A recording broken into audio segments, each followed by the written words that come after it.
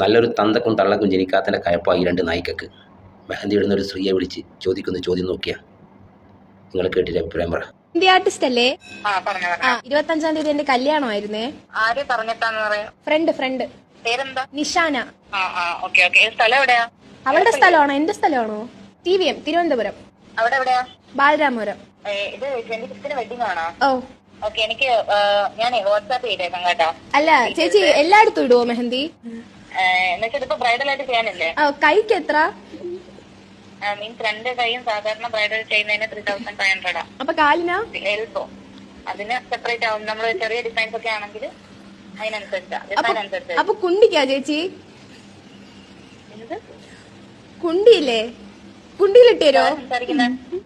എന്റെ ഫിയാൻസിക്ക് ഒരു സർപ്രൈസ് കൊടുക്കാൻ വേണ്ടിട്ട് എനിക്ക് കുണ്ടിയിലൊന്ന് ഇട്ട് തരുമോ മെഹന്തി?